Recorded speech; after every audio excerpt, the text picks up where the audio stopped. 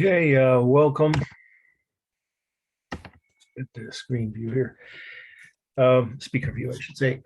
Okay, so let's see. Read that Sophie in here. Yeah, tonight's topic is, I think most of you would agree, not only interesting, but really important in context of world events in the last, I don't know, generation or so. Um, and I think most Americans don't realize how much Islamic architecture and art in general has contributed, and Islamic culture specifically, things invented by Muslims are still part of our modern day world of the world's culture. And we'll go over that in a few minutes. That's tonight's topic is Islamic architecture. And by definition, because of the buildings we're going to look at, they have some decorative features that are part of their other forms of visual art. So we'll cover that. They don't have sculpture. And if you didn't know that and you didn't know why, you'll learn that tonight. And we'll talk about the context. I always start with that for a few minutes before we get to the first must know. But first, a couple of quick things. Housekeeping, or I guess record keeping subjects.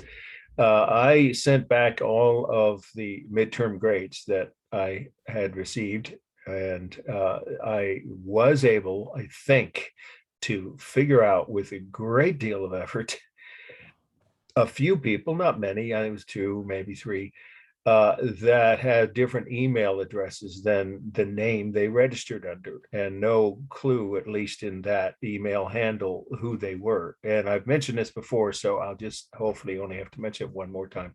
This doesn't apply to most of you, but if you're someone who's been using another person's email, or B, you have a handle like Monkey Man or whatever, okay, how clever, whatever, that's your business.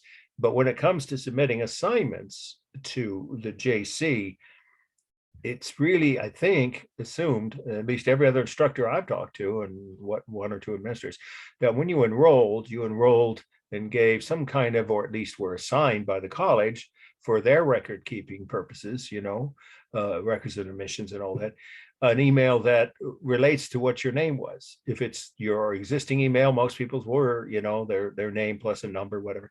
But if it's something different, then I have a problem with that. Causes a problem. I don't mean I have a problem like personally. I mean it creates a problem when I go to return your exams, because the email addresses, if they don't match what's on the roster, I'm not sure exactly which student, or which class you're in, and it takes quite a bit of time and unnecessary wasted effort to look that up. I may have to go back to the first week when I might have gotten an inquiry, an email question, or maybe even extra credit, and try to put the name to the handle that doesn't match. So if there's any, what I'm really saying, bottom line here is, if there's any way that anyone who still has email and uses it normally, that doesn't at all relate to the name that you registered for this class under, then either please try to get an email handle, which the easiest one, at least I think this is right, is what I talked to in the afternoon class, and a couple of them said, yeah, that there is, I know when I want to contact any of you without having heard from you first, I can almost always get that person, that individual student, by going first initial of your first name, just the first initial, your full last name, at santarosa.edu. So that's another option, I would think, or else maybe, just taking the time to put into your email, tagline, your full name. And then at least I know, which person it is. But if I don't have your email stored, and I don't have everyone's who's not, name isn't matching their email handle, it just causes headaches, and it delays your getting your grades back. And maybe in some cases I haven't been able to, though I think I did get everyone's back this time. I managed to have the time Sunday afternoon to do a search if your email address was one of those where your name didn't match your email handle. So anyway, just a reasonable request. I would like to think it's not too difficult to do something one way or another.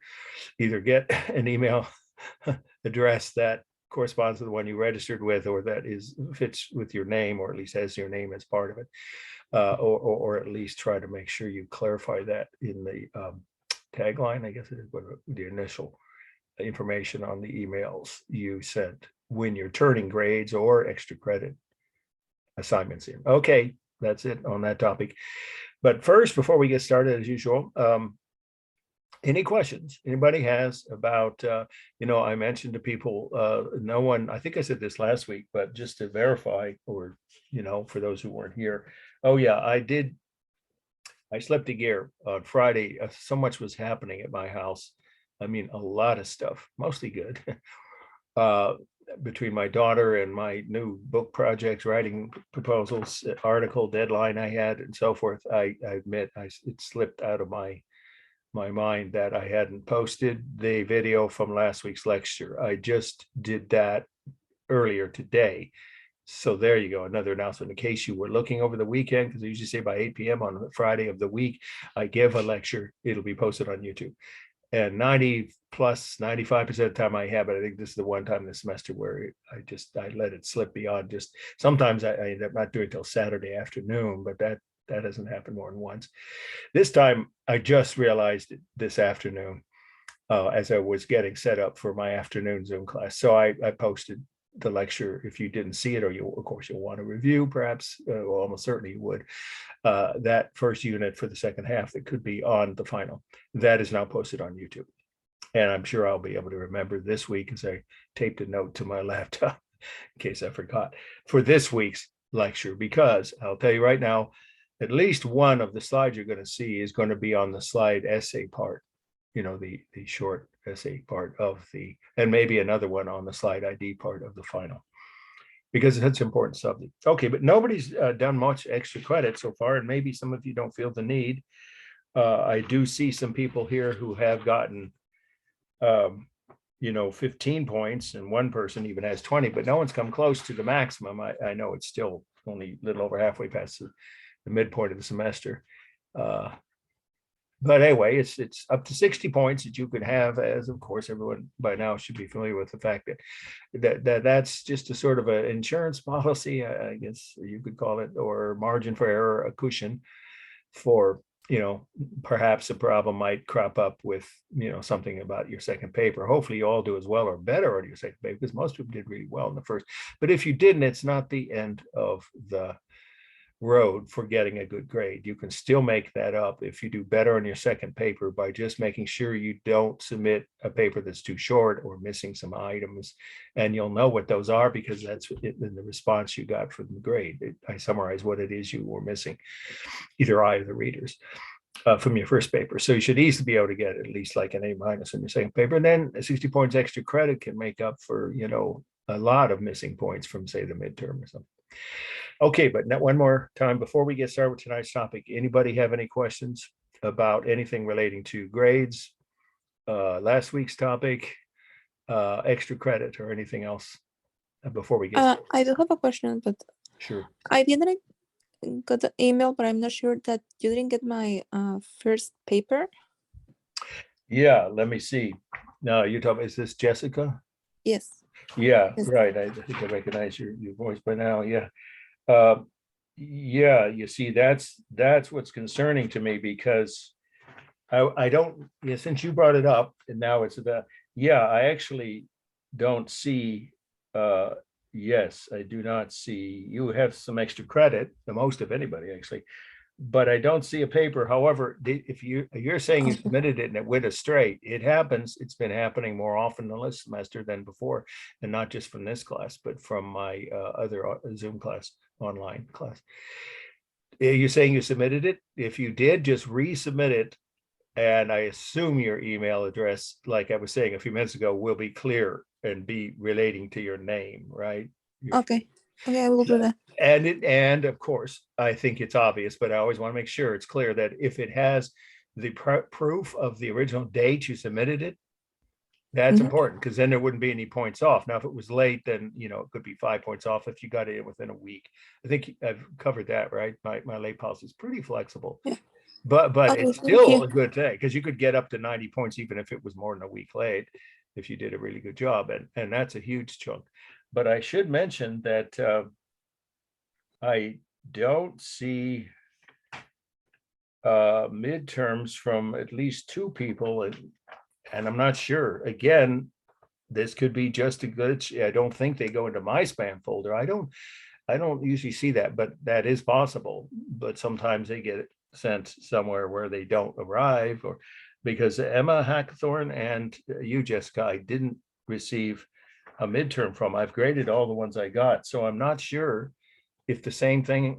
I mean, I thought I saw your name when everyone was taking the test, and if you took it, obviously, I want to give you credit for it, because obviously I can't re-give the test. That had a set time frame, right? That was midnight. So I don't know. Is that, if you, as long as you brought this up, it's okay for me to ask you. Did you send the midterm to me? If not, then you could make up a lot of the points with extra credit.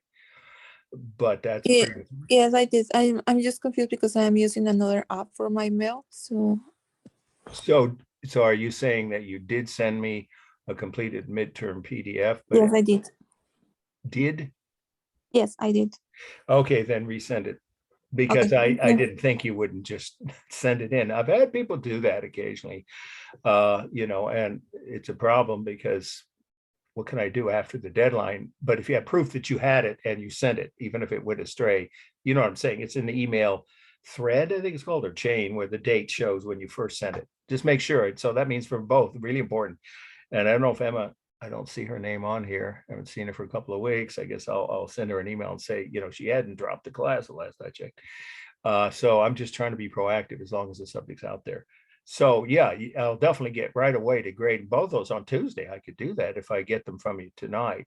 And to send them to Mark W. That's the fastest way, not to the Outlook account, Mark W at AOL. And they'll have your full name and you'll say which class. I mean, I know, but it just to remind me so that I have it all in my records. And I'll grade those both in the next 24 hours. Thank you. Yeah, and send you the grades, of course. All right, anybody else have any questions before we get started with tonight's topic? Depending on how many comments and questions you guys have, we might be able to end early, maybe even 15 minutes early. And that means we'll probably take a slightly earlier than usual break. I don't think anybody minds. I mean, we could try to go all the way through and just do it that way and end even earlier, but I kind of need that. And I think some of you do too, that brief, hiatus between, 7 or 8 slides all at once is a lot to absorb, take notes on, and for me to talk about and not run down my batteries. So let's do it this way. We'll do the first 4 slides, so slightly over half of the total for tonight, and then take a break whenever that is, but it'd probably be slightly earlier than usual, and then end earlier after we finish the last slide. Okay. All right, so we're going to talk about Islamic art, as I was saying, or mostly architecture. And so let me give you a little context. Let me start by asking, my last class we had the exact same set of slides and no one had any, well, at least they weren't willing to say if they did, any idea of their, impression on this topic. And that is based on whatever you know or think about, from the media, your past classes you've taken, or friends who subscribe to various, or some of whom may state which religious belief they have. Obviously I'm not asking you to do that. That's your business. I'm just putting this question out there. Does anybody know what the world's largest organized religion is in terms of people who claim that they adhere to that religion? Anybody? Samuel? Islam? That is a reasonable guess. And you know what? 20 to 25 years from now, you'd probably be correct. Anthony. I love these yellow hands. Would be Christianity or Catholicism? What? Christianity or Catholicism? You're talking, you mean Christianity? Yeah, Christianity. Yeah, Catholicism is a segment of Christianity. Yes, okay. Yes, that's the case. But you both have points in a way that are valid, and here's why. Islam at the moment, most people round it up to 2 billion. If it isn't there yet, it will be in a couple of years. So let's say 1.9 billion is the most recent realistic estimate. And by the way, what the heck does that mean? Who makes up those figures? Anybody could say, the head of a Muslim organization or a Christian, even the Pope or something, for Catholics who of course are Christians. could all claim they have more people that follow their religion than they really do. So that's not where these figures I'm giving you come from. You could look these up. They're two organizations, totally independent, non-denominational, not controlled by any one religion, that kind of keep track of, world religious trends. One is the World Council on Religions. It was founded in the 1890s at a World's Fair in Chicago, if you can believe it, and it's still around. And they're trying to promote understanding between, boy, do we need that, different religious groups in the world and peaceful interactions, but also keep track of who adheres and who's, we're talking about self-described adherents, not guesses, but people who themselves identify as a certain religion. That's one. And the other is the United Nations. I think it's called the Council on World Religions, which, again, we're not talking about any one group. So those are pretty reliable figures. They pretty much track with each other. So that's where these figures come from. There are nearly 2 billion Muslims. You could round it up. It's probably 1,950,000 or something, so almost 2 billion. But the number for Christians is often understated because, in China, they don't always count them because the government won't count them. But I've been to China. I've seen there's about 50 million Christians in China. Wasn't a surprise. The country has 1.4 billion people. And there were a bunch of Christian missionaries there for centuries before the Communist Party took over. It's at least 50 million there. Then you've got the Mormons. They're Christian. They may seem like an odd branch of, but they are. And Jehovah's Witnesses. So when you add all that together, sorry, we got one more here. Let's let Clarissa in.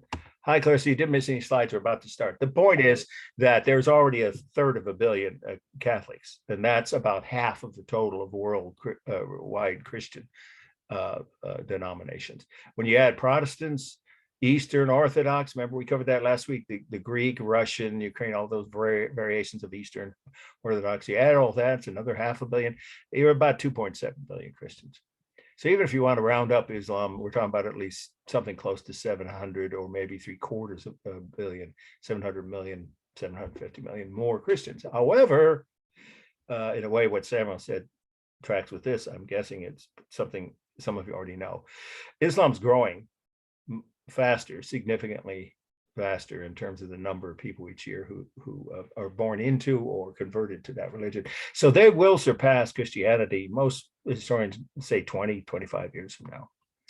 Okay, the other reason that I like to bring this up is a lot of people don't realize Islam is one of the youngest major world religions. In fact, it is the youngest monotheistic religion. As a point of comparison, since this class does cover world art and other cultures besides Western art, I'll give you the quick rundown. The oldest organized religion, in essence, if you want to call it, is Judaism, 6,000 years old. Anybody know how many Jews there are in the world? This shocks people when they hear this. I'm not, because I have Jewish friends who are very well aware of this. 20 million in the entire planet. About a third live in the US, another third in Israel, and the rest are scattered around the world. This is the smallest major world religion by far. And obviously it would be bigger if it weren't for a certain sick man in Germany in the 1930s and 40s. But it still would be the smallest major religion. So we have the oldest being Judaism, 6,000 years old. Then Hinduism, it's about 4,000 years old. Then Buddhism, which is about 2,500 years, 2,500 years old when Buddha was alive. And that some people don't call it a religion, they call it philosophy, but it's a religious belief system. And finally, we have Islam, which is the newest of the world's major organized religions. And it is about 14 centuries, not quite. It's getting close. Yeah, it will be soon. In the early 600s, that's the 7th century. That's what we're going to start with. The oldest mosque, in fact, it's one of the two oldest mosques that's still standing, is our first mosque now. So Islam is not even quite 14 centuries old. And of course, you probably know, most of you, it was started by a single person, Muhammad, who had been a warrior and a political leader before he became a prophet and spread the concepts of Islam and wrote, or at least got parts of the Quran dictated and written while he was alive. And then, of course, after he died, Islam spread rapidly throughout all of the Middle East, North Africa, and into Europe. And we're going to talk about that. Okay, so let's get started with our first must-know slide here. Okay, and this is one of those slides. I say this every week, right? When I show the something that's so important that it won't be cut from the study list. This is one of those slides, okay? It has a high, I would even say, probability of being on the, now let's hope it, why does it say stop share? I didn't hit stop share. Uh-oh, I may have to go back and let's see. Yeah, hang on.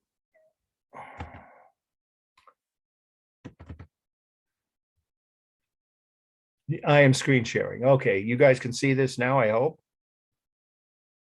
Okay, it says you can, but can anybody just confirm that?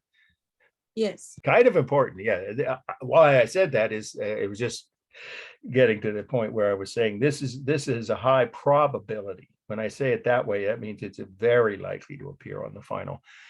Okay, the first must know is the Dome of the Rock. Dome of the Rock is the title, just like it sounds, 4 words, and we're not talking about the actor. Dome of the Rock, Jerusalem. I'll spell that because many of you wouldn't have written that word recently. The location is Jerusalem, Jerusalem, Jerusalem. And the date is 691. So let's start with the first fact on the meaning that makes this such an important slide is that, or site, is that this is the second oldest mosque in the world. The second oldest mosque in the world. And the third holiest site to all Muslims. The third holiest, the other two, first and second most holiest are in Arabia. Some of you know they're Mecca and Medina, where you're supposed to make a pilgrimage, you know, where Muhammad started Islam. It's now Saudi Arabia. So this, I'll say it again, it's the second oldest mosque in the world and the third holiest site in all of Islam. It's in the city of Jerusalem, which I think everybody knows is now the capital of Israel.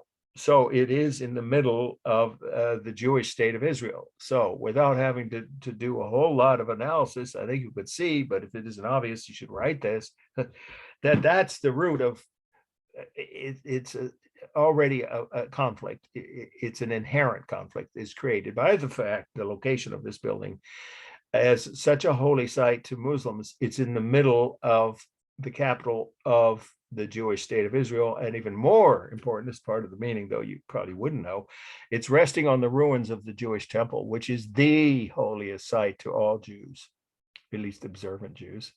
You're supposed to go there once in your lifetime if you're Jewish, just like Catholics often want to go to, you know, Rome. And of course, Muslims want to go to Mecca if they, and Hindus like want to go to the Ganges, you know, all these sites where you're supposed to go if you're a very devout member of a given religion. So this is what you're looking at, a plaza made up of you know, ruins left over from 2,000 years ago. You know, the rubble from where was there, and I'm sure it's filled in now with concrete, but nonetheless, the ruins of the old Jewish temple, the one the Romans destroyed. We saw, remember that slide before the midterm of the fall of Jerusalem, the bas-relief on the Arch of Titus was depicting that very event. So this has one wall left, and as part of the meaning, the ruins, one side of the temple, one wall was left standing by the Romans, and that is the holiest site for Jews from all over the world. And you're supposed to go there and pray at least once in your life. It's called the Wailing, as into whale, Wailing Wall. You may have seen it on the news. It's been on the news a lot in the last few years. Whenever there's film, live news reporting or documentary coverage of what's happening in the Arab-Israeli conflicts. So that creates an inherent conflict, which you really cannot do, you know, anything about unless there's an outside, as far as I can see, I don't see a solution, because both of those two religions conflicting with each other claim the same holy territory. But the one positive thing is at the moment, and for most of the time that the Jews have controlled the Israeli government, pardon me, have controlled this site, they do allow Muslims to pray. I've been inside this mosque twice, and they do allow Muslim worshipers in, except when there's some tension, like there's, you know, protests or riots, or they think there will be, then they will sometimes close the access to this mosque because you have to go through the, you know, parts of Jerusalem to get to the mosque here and to climb the stairs up to this mount. It's called the Temple Mount. Where my cursor is the somewhere underneath there, the ruins of the old temple from 2,000 years ago, the Romans destroyed. Okay, but that's only part of the meaning. The other part is, let's look at this view. If it's on the exam, I actually got this slide fairly recently from the internet, and it's enough of a much clearer, sharper view that if this slide or this site is on the final, this is the view you'll have. I think you can see it much better to do if you had to do a formal analysis. The details show up pretty well. So let's talk about what features this building has that are unique and which ones it has that are common to all mosques. Well, let's start with the fact that it doesn't have a minaret. Now, I surprised myself when I was doing the same lecture this afternoon for my Art 2.1 class that I had taken. I just given you guys a break. I took off one of the definitions I usually include on the list of terms. Again, you should always have that list next to you. So just take a look at that list, and you don't see this word on it. But I'm going to tell you, if this slide is, or any mosque is on the slide essay, right, the short essay part, there's a good chance one of them will be one of the slides you're seeing tonight. Then you would need to know what a minaret is. Okay, so again, it's not going to be on the true false part of the final as a definition, but it's relevant to the meaning of this and the other mosque slides we're going to see. So what is a minaret? Here we go. It's a tall, narrow, round prayer tower, comma, at or near the corner of a mosque. I'll say it again. A minaret is a tall, narrow, round prayer tower at or near the corner of a mosque. Well, look at this slide. There is no minaret. That is a rare occurrence, the lack of a minaret. I don't believe this mosque ever had a minaret. I've seen photos of it as far back as the first photography in the mid 1800s, and it didn't have one then. So it's such an early mosque. After all, it's only the second one ever built, right? When Islam was a brand new religion, that perhaps they just hadn't thought of that feature. Every other mosque I've seen, and I've seen dozens of them in at least 24 countries, including the biggest mosques in London and Paris and Berlin. I mean, there are mosques all over the world, of course, not just in Islamic majority countries. Almost every other mosque, in other words, has a minaret. This one doesn't. So that's one unique feature. And then the gold dome, that is the unique feature because well, I shouldn't say that. There probably are other mosques with gold domes by now. There's probably several in the wealthier Arab countries like the Emirates, Dubai and all those places. They probably had some new ones with gold. But in the time this, early Islam, and an early Islamic mosque, very few had anything close. And I don't know of any others that had gold. That's real gold. What you see there, what looks like gold is gold. Of course, I think everybody knows it's not solid gold. You couldn't possibly build any architectural feature out of gold if you didn't know that. You have to write this. Gold is the softest metal there is. It just isn't meant for architectural features. So it's a decorative coating, or gilding is the right word. It's gilded. The dome is gilded, but that's still a lot of gold, very expensive, and it has to be maintained. So this is what you should be writing again about that feature, that it is a rare example of a mosque with a gold covered dome, you could just say it that way, and that the gold is restored every 20 years or so by different Arab governments. In other words, various Arab governments take turns paying for replacing the gold, because gold, of course, wears out.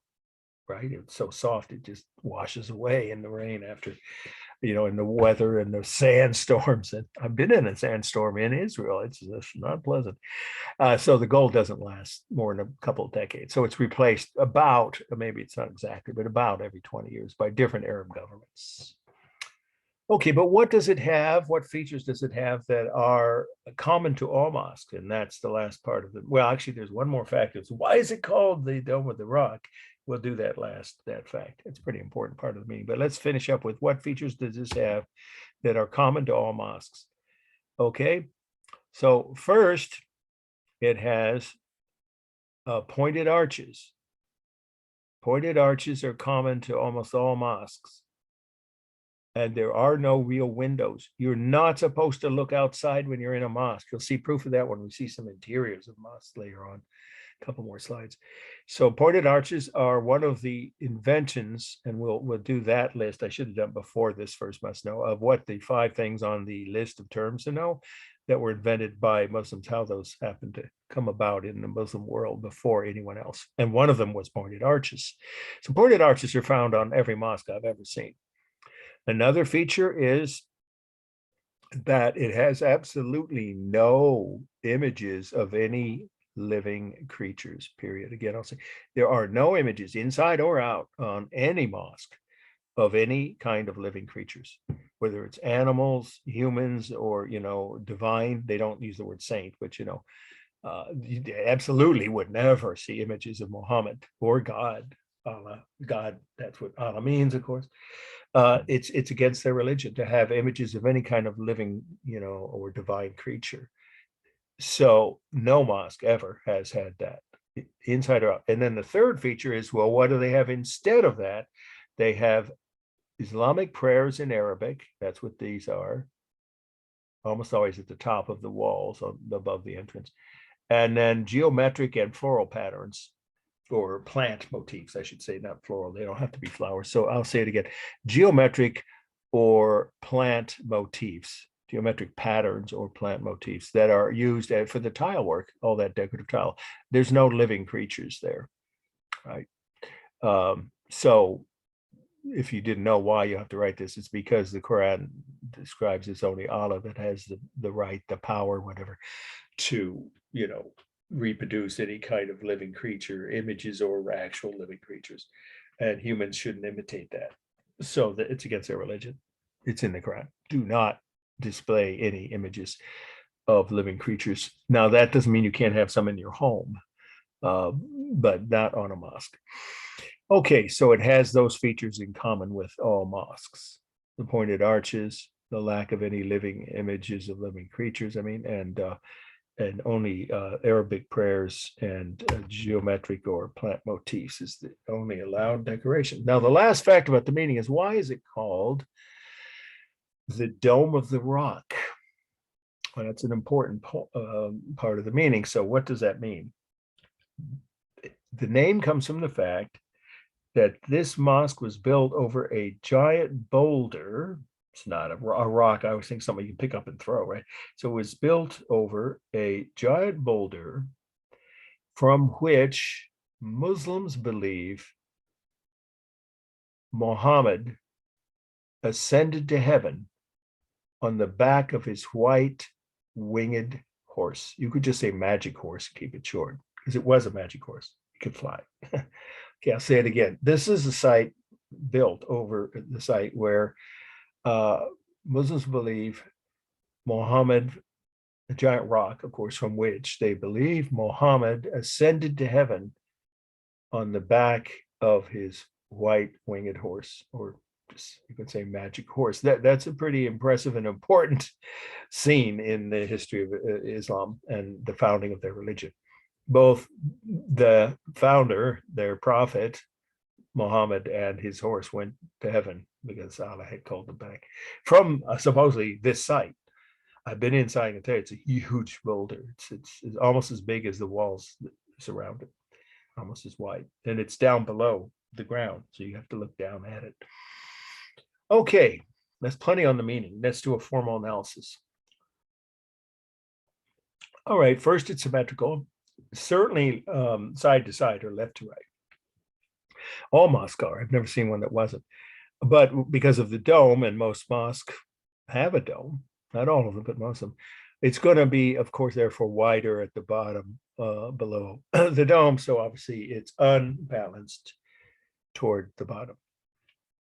The colors: warm on the gold for the dome, mostly cool on blue and white patterns of tile, right, including the prayer up there. And down below, if you get up close, you see the marble. It's been a while since I've been there, but I have my own slides of it, so I do remember this. It's mostly a cool gray color, but there are some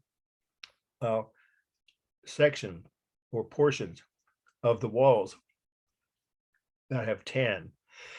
light brown or tan colored marble. So it's both. The bottom part of the walls is a mixture of warm and cool.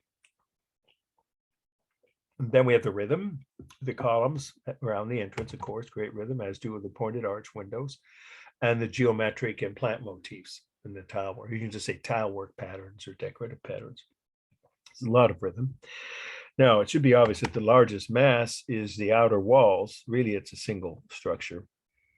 And then the dome is second largest, and then the drum, literally, there's only 3 segments here. So the the dome is second largest, and the drum supporting it is the third largest mass.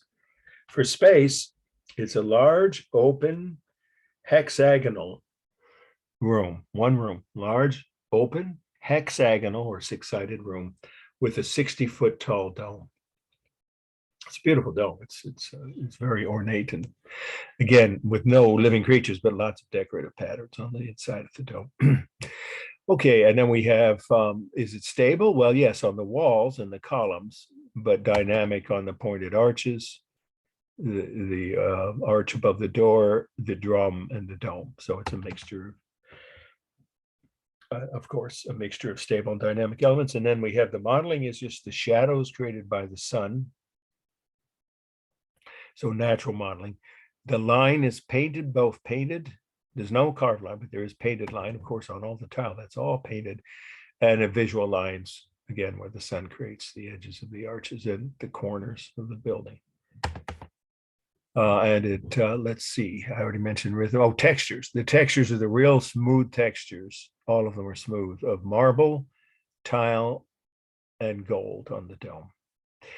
Okay, one last thing, you have to write this, but when I said it's the second oldest mosque, this surprised a lot of people, and I've talked to people who've been there while I was there who didn't know that they were standing within a few yards of the oldest mosque. You don't have to know this. I just think if you ever get there, some of you may at some point in your life, to Jerusalem, it's such a, the city's 3,500 years old, right? So just off the edge of this picture is the oldest mosque. It's called the Alaska Mosque. And it doesn't mean someone's going to ask you a question. It sounds like that phrase, but it's Arabic. And that's a few decades older than this. I think that's from 670 something or something. So it's not a lot older, but it is older than this one. So the 2 oldest mosques in the world are both on top of the ruins of the Jewish temple in the same city on the quote Temple Mount in Jerusalem. Okay. Let's move on to the next must-know. This is one which is important enough that I won't cut it from the study list. I won't put it in the category of being a probable slide for the final. But it has a fairly decent chance of being maybe 50-50 if I had to do the math, of being on the final. Okay, so it's our next must-know. And this is the Great Mosque at Cordoba. Great Mosque, I think everybody knows mosque, right? M-O-S-Q-U-E. Great Mosque at Cordoba is part of the title. It's a city in Spain. Cordoba, C-O-R-D-O-B-A.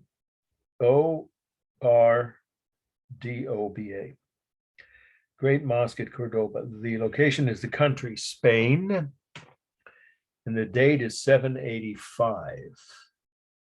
Okay, so of course, with a title like that, it begs the question, what does it mean that call something a great mosque? Well, a great mosque is part of the meaning of this slide, and one of the other slides, you'll see the next one, in fact, is also another great mosque. That just means the largest and most important mosque in any given city. So there's great mosques in Paris, London, New York. I don't think there's one in San Francisco. LA, probably in LA. Anyway, cities which have a large Muslim population, enough to have several different mosques. The one that's the most important, not always the oldest, but almost always the largest, and definitely the most important mosque in any given city is called the Great Mosque. Well, why is this so important? Because it was built in the capital of the Moorish Kingdom of Spain. That's spelled M-O-O-R-I-S-H. I think most of you have heard of the Moorish culture, but if not, you definitely want to take extra thorough notes about who they were. The play by Shakespeare, Othello, is about an actual real Moorish king But you don't have to write that, but you should know who they were. They were a North African tribe of Muslim people who invaded Spain. You don't have to know this year. You've got enough dates already, but I'll tell you, it was 711, which to me is an easy number to remember. So this, you could say, in the early 700s or early 8th century, of course. Two ways of saying the same thing. So in the early 700s, they invaded Spain and they conquered almost the entire peninsula, or you can say country, because it was one country then. So that means what? The Moors were a North African Muslim culture who conquered Spain and then ruled over part or much of Spain for nearly 800 years. That's a long time. 8 centuries. It's nearly a millennium. And they left their mark in many ways. I know when I was learning Spanish and we were saying, let's hope it's something's true in Spanish. Ojalá, right? Well, that actually means Allah willing, which comes from the period when the Muslims ruled Spain, the Moors specifically. They were an enlightened group, though, in one regard, much more so, well, more than one, but one in particular way in which they were more enlightened than the kingdoms of Europe. This is the Dark Ages we're talking about. Yes, it's a period Monty Python made fun of in the Holy Grail. Ignorance, superstition, violence, burning witches, yeah, all of the above. So this is the Dark Ages in the rest of Europe. But in Moorish Spain, two things were more enlightened than the rest of Europe at that time. First of all, they allowed Christians and Jews to remain in their kingdom and continue worshiping openly their own religions. That's a very enlightened policy for that far back. Not all the Muslim conquests did that. Some of the other ones you were forced to convert, but not in Moorish Spain. And the other thing is that they introduced the first university. So now it's time to take a look at that list. I probably should have done before I started, but it segues into this slide. The list of things, so please, again, take a look at near the top of the page you should be on of this week's. There's only 2 definitions, and we're going to cover them both. One is a list, remember, a list of terms, I'm sorry, things invented by Muslims. You might see this on Remember the True False. Now that you've done the midterm, you know how that would be on the final, where I might say things invented by Muslims included universities, street lighting, and domes. And false, right? Because they didn't invent domes, the Romans did. You get the idea. So this is one of the things, this slide brings to mind the fact that Muslims invented universities, but I got to believe some of you have to write this down. You just listen for about 2 or 3 minutes while I summarize what each of those 5 things, how they came about. And then we'll get back to the specific notes for this slide, okay? Universities, didn't they exist in ancient Greece and Rome? No. They had academies, like, academies of art. And I talk about the one in San Francisco, that rip-off institution. I've never seen anybody go there that got their money's worth and ended up owing tens of thousands of dollars for each year they were there. I advise against it when students ask me. The Academy of Art in San Francisco, anyway, it's not that kind of academy. They were multi-disciplinary, but they didn't teach all the subjects known, or let's say areas of knowledge, fields, there we go, fields of knowledge known to that culture, the Romans or the Greeks, in one place. That's what a university is, where all of the main branches of knowledge are taught by people supposedly who are experts in each of those fields. And it's open to anyone to come study any one of those subjects, all in one location. I used to say under one roof. That would be one big building. No, not single building, but a single location. That's what a university is. The first ones in Europe, in fact, the first ones in the Western world were not just in Spain, but even in Arabia, where not long after Muhammad died, they started opening universities. The first ones in Europe were in Spain under the Moors in this same century, the 700s. There were no universities in the rest of Europe for hundreds of years after that. So they invented universities, at least in the Western world. Also street lighting. Again, I remember I've had students years past say, wait a minute, didn't the Romans have street lighting? Yes and no. If you were in a middle class neighborhood of Rome or Pompeii, or let alone an upper class neighborhood, you would have some lighting, but it was maintained mostly by the people who were that neighborhood's group, or whatever they were, local representatives that might maintain because they had enough funds, money, whatever resource. There wasn't a municipal organization meant to maintain streets and street lighting. what we'd call, the city hall or city government today in ancient Rome or Greek cities. The Muslims in the Arabian Peninsula, the cities of Mecca and Medina, were the first ones to have permanent, universally provided street lighting in all their cities and even many of their smaller towns, provided by the local government. So that's a Muslim invention. Higher algebra, again, algebra, that definitely did exist in ancient Greece first when it first appeared. And then, was continued to be used by Romans. So it existed as a field of math, but higher algebra is a more advanced level of it. I know because I barely passed it when I had to take it in high school. The highest level that I think it's still called higher algebra or algebra 2 in schools when it's taught today. That was developed by Muslim scholars. Reflecting pools, pretty self-explanatory. Let's wait till we see a slide of actually a couple we're going to see tonight. The whole idea of a reflecting pool is a feature, a landscape feature. That's the Muslim idea. And then pointed arches, I already mentioned that's on the decorative archways around the outside of a mosque or some other public building. Okay, so now back to the meaning on this slide. So it's a great mosque, the largest, most important mosque in what was the capital at that time, a city of the Moorish Kingdom of Spain. And it has one only other new definition, then we'll be done with any definitions. I'm going to get it close up here, which is just below the list I just described to you, and that's mirab and qibla. These are words on your list of terms, so I don't need to spell them, right?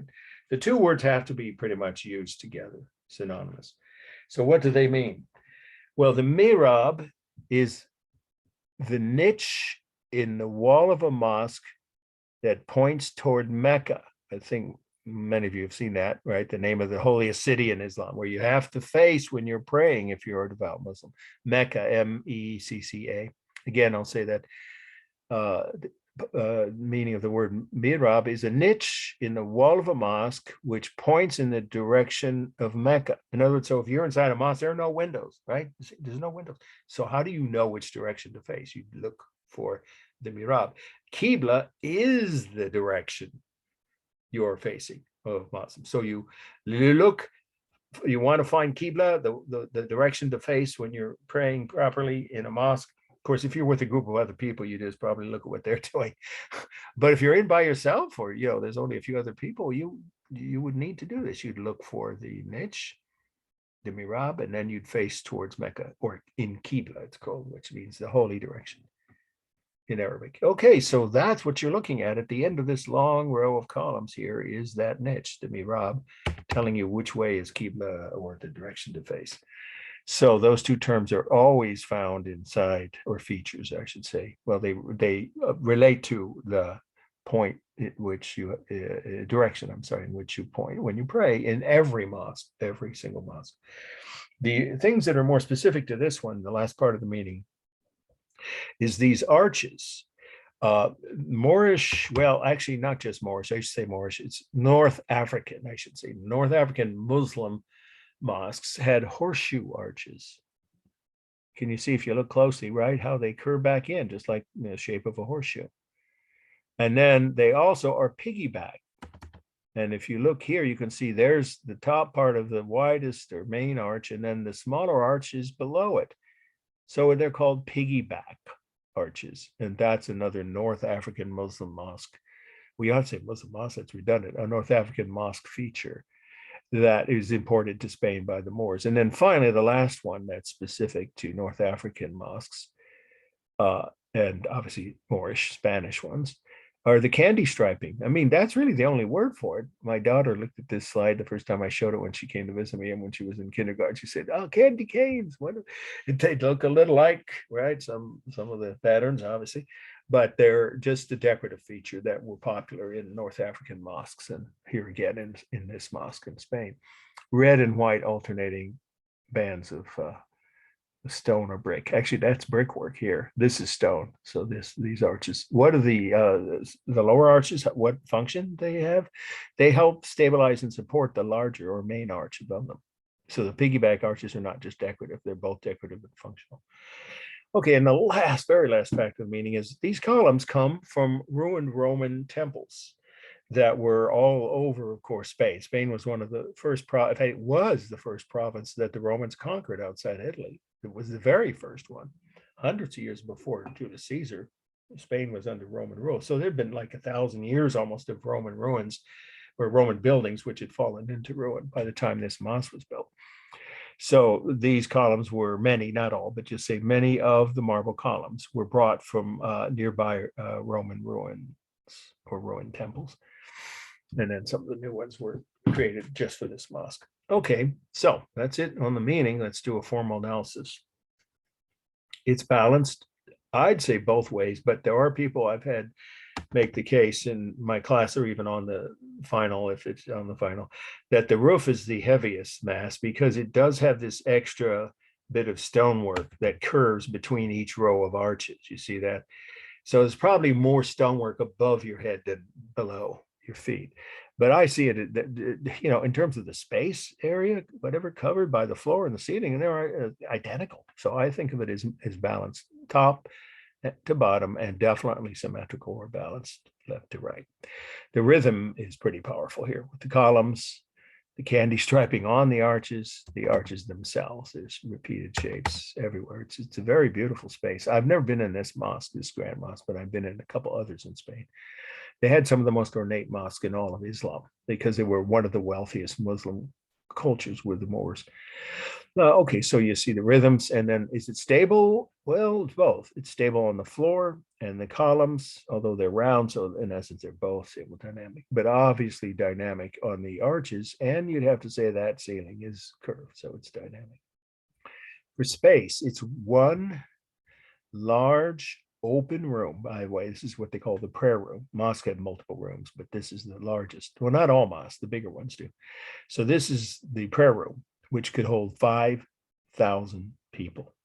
That's part of the description of the space features on this slide.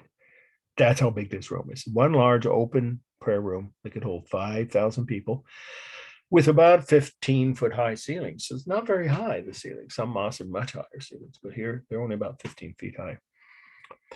The colors almost all cool on the stonework, the marble columns, the ceiling, but then obviously there's the warm alternating red stripes on the arches and cool on the, obviously on the other white part.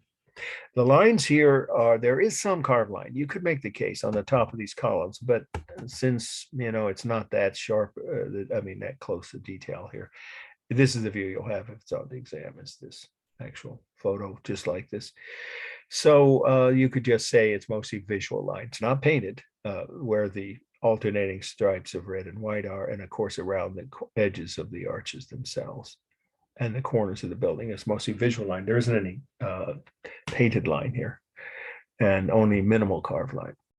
Okay, I think I said for mass. No, I didn't actually. Mass, the ceiling, you'd have to say that is larger because of the curved stonework that, you know, obviously involves using more stone than the floors. So the largest mass is the ceiling, then the floor, and then I would say it's probably the arches because they're double or piggyback. Then last would be the columns. The modeling is just the shadows from the sun, of course. And the textures are the real smooth texture of marble and real rough texture on the columns only, and real rough texture everywhere else of the stone on the floor, the ceiling, and the arches. Okay, we're doing well on time.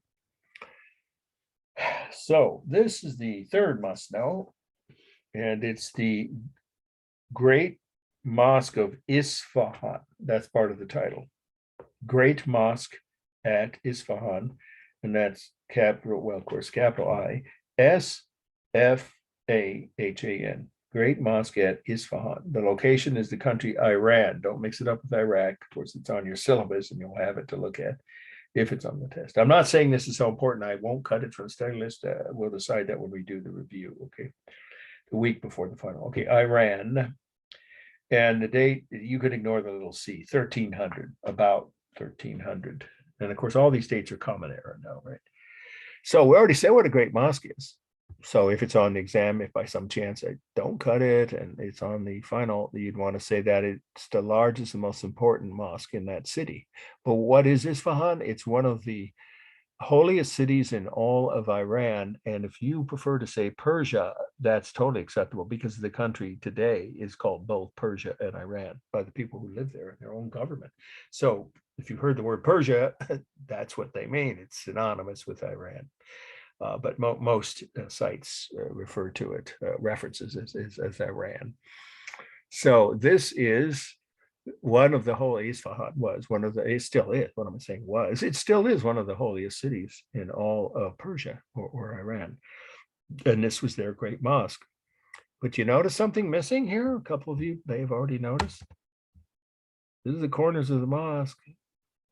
Where are the minarets? What, this late they were building? No, they didn't build it this way. There were minarets, one at each corner or near or at the corners.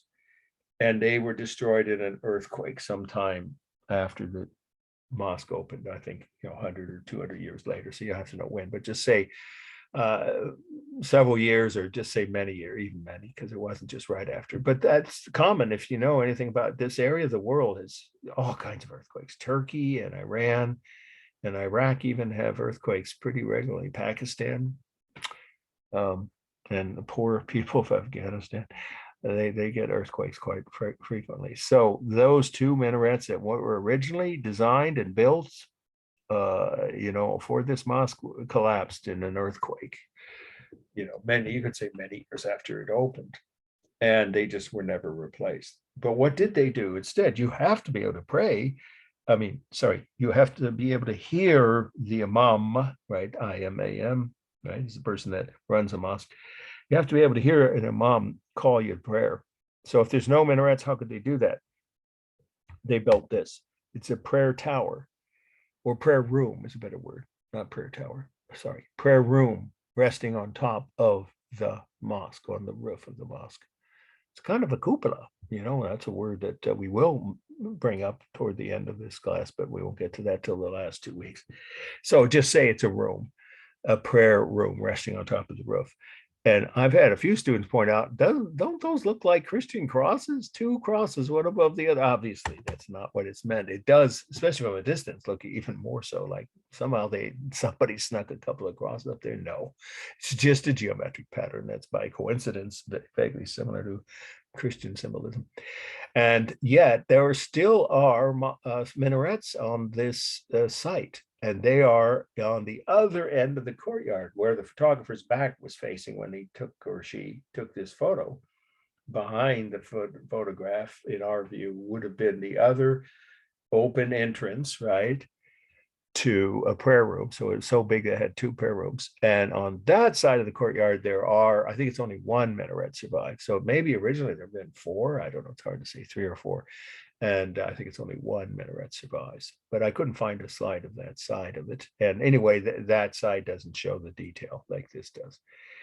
But what's most important about this slide, if it happens to be on the final, is the reflecting pool in front of it.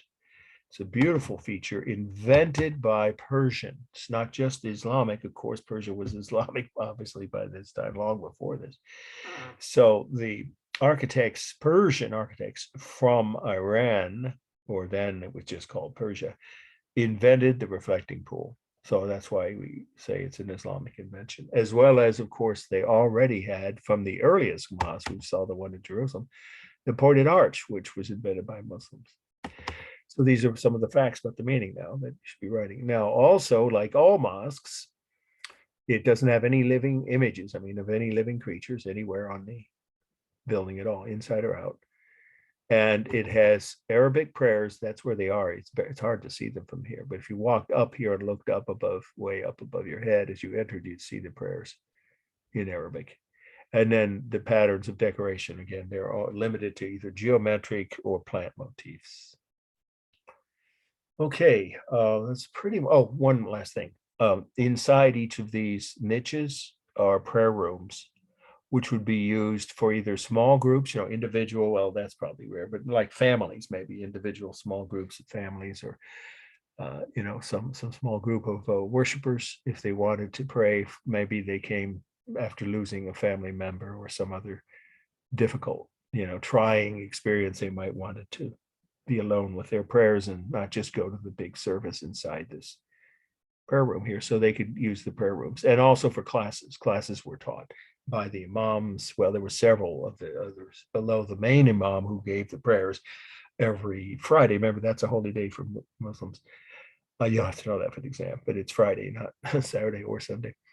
So other than on holy days, they might have lessons here, and some of the lower ranking imams, teachers, right, would conduct those lessons in the Quran, and for mostly younger students in these prayer rooms.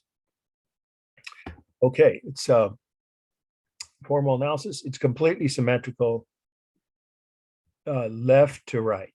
There's no question of that. Although, if you could see the rest of the building, it goes way off the edges of the right and left edges of the slide. I've seen photos of the whole thing. It's pretty wide. And so because of that, you'd have to say it's unbalanced toward the bottom, top to bottom. It's unbalanced because of the width of the bottom two levels or stories, right? And the narrowness of the entry facade here.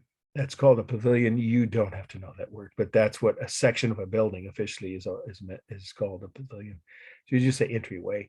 Is clearly not as wide as the wings on either side, so it's unbalanced toward the bottom, but balanced left to right. The rhythm is pretty obvious with the pointed arches, of course, and the geometric and plant motifs in the decorative tile. Now for mass, I just was thinking of this this afternoon's class when I give these same slides. Really, the largest mass is the reflecting pool. It's part of the design of the building. It's there from the beginning. It's black marble, by the way, black marble. So that's the largest of all the masses. And then you say the entryway, or if you want to say entrance pavilion, or you can just say entryway. And then the prayer rooms would be the third largest, and then fourth largest would be the smaller prayer room on top. But you just have to remember the three largest masses. Now, lines here are all, well, actually, there's two kinds. Painted on all the tile work, that's all painted line. All the way down to the right here for you. When you get to the foundation or almost the base of it, that's not decorated. But every other inch of this facade is covered with painted lines. And then the visual lines, of course, are where the shadows, remember the modeling, as is true of almost all architecture, is not a technique. It's just the natural shadows from the sunlight. So that creates visual lines around each of these pointed arches. The textures are the real smooth texture of marble on the reflecting pool, real smooth tile on the entire facade. And then this is actually marble too, the bottom of the walls. I've seen close-ups of this. In fact, even a documentary on this building once years ago. I have friends from Persia, and they've been to this site. It's still very popular with people even who have left Iran or Persia and go back to visit family. It's a beautiful city, so I've heard, this whole city that it's in. Okay, so that's smooth, real texture of the marble on the reflecting pool, on the base of the building, and the real smooth texture of tile. And then the only thing that's rough, real texture is the wood on the prayer room. For space, you have two main dimensions. You have one large open prayer room with about a 60-foot high dome. It's pretty tall. And then smaller prayer rooms with about 15-foot high ceilings. So that's all you have to remember if it's on the exam. The smaller prayer rooms, 15-foot high ceilings, roughly rounding it up. And the main prayer room has about a 60-foot tall dome. The colors almost all cool, blues and whites, right, on all the tile with a little hints of yellow top. And then the only thing, and then neutral on the black marble is, of course, a neutral color. And then the only thing really warm in most of the facade is the bottom level of the walls around the base there, kind of a yellow marble. Okay, let's do one more and then we'll take a break, and it still should be a little earlier break than usual. And then also we'll certainly be able to end early tonight. Okay, so the next must know. Here's another one that is high on the list of, I will say, probable slides. Obviously, I'm not going to put all of the ones I said that about tonight all on the exam, or you wouldn't have any, slides from any other period besides early Islamic art. But this is a really important site, and one that's influenced architects from all over the world for centuries. Okay, so I won't cut this from the study list. If you take your syllabus, of course, you flip it over to the next page. It's at the top of the next page. Court of the Lions, plural, right? You can see there's more than one. Court of the Lions at Alhambra. Alhambra. The location is Spain, the country, and the date is 1380.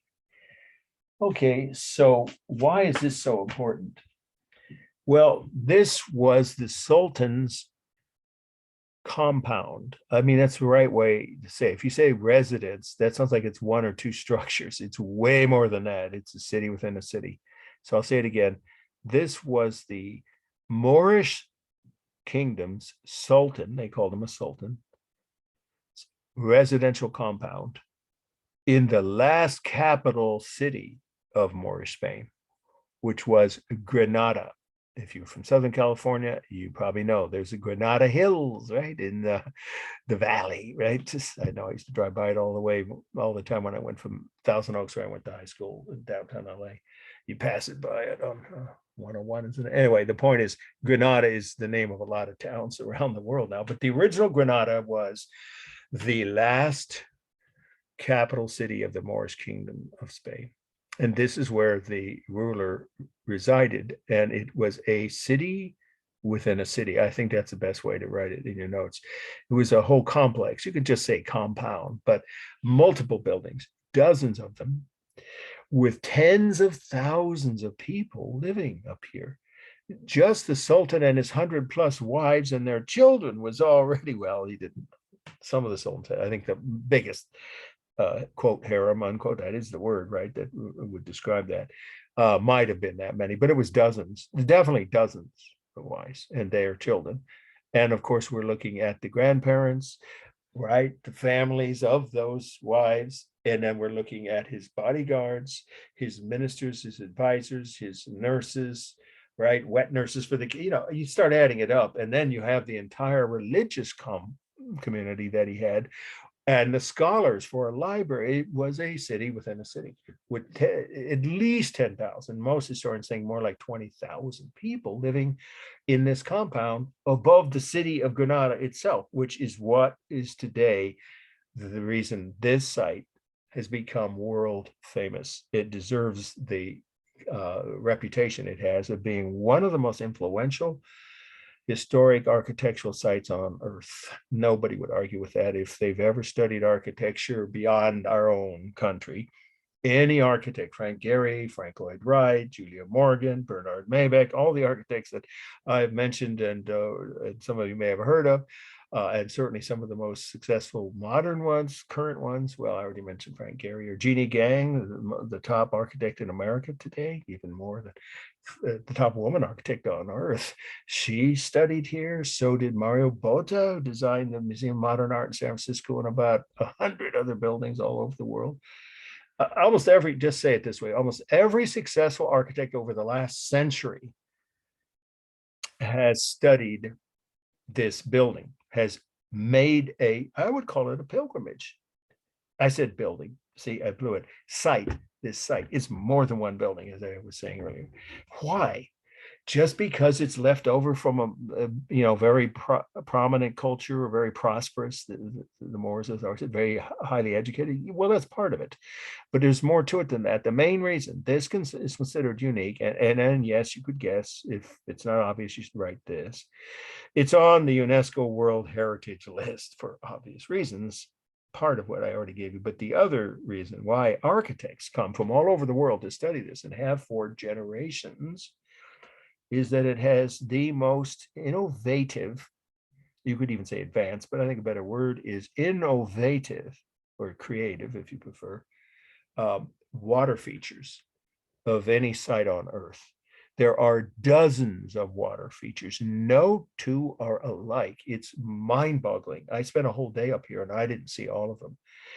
The courtyards, each courtyard has a different water feature. Of course, there are fountains, but there are all kinds of different fountains. Some of them have moving parts. This doesn't. It's just a group of lions. And if some of you have already thought to yourself, good for you, wait a minute, isn't there a rule in Islam against depicting living creatures? Yes, but there's an exception, and I'll say why that's allowed in a minute. So for now, just say, okay, you have these kind of fountains with just, static sculptural detail or decorative features. You have fountains with moving parts. You have waterfalls. You have ponds. You have, fishing, like literally places where they would go get fish for their dinners. And then you also have, all kinds of, it's hard to explain. I mean, moving objects that it's just an amazing place. Everywhere you look in every courtyard, there's a different water feature. No two are alike. That's all you have to write in your notes. And each one is very creative and innovative for both providing the actual water and some of the fish for food that was needed by this group of people who lived here, but also for entertainment, for the entertainment of his sultan and all of his guests. Okay, and then the reason, it's all part of the meaning. Why are lions being shown here? First of all, this is not a mosque. There are mosques up here. It's more than one, actually. It's such a big, it needed several mosques. So if this was an actual mosque, no, you wouldn't see that. But they weren't designed. The other reason that those are acceptable in this space is that those were not designed or created by Muslim artists. They were created by a Byzantine or maybe Roman. So just say late Christian, either late Roman or early Byzantine, some kind of temple. Well, it wouldn't have been a temple, it would have been a church, right? If it's Christian, early Christian churches somewhere else in Spain. And again, they just took parts of those ruins, and in this case, several statues of lions, and brought them up here. So that doesn't violate that rule that Islam has about not using images of living creatures.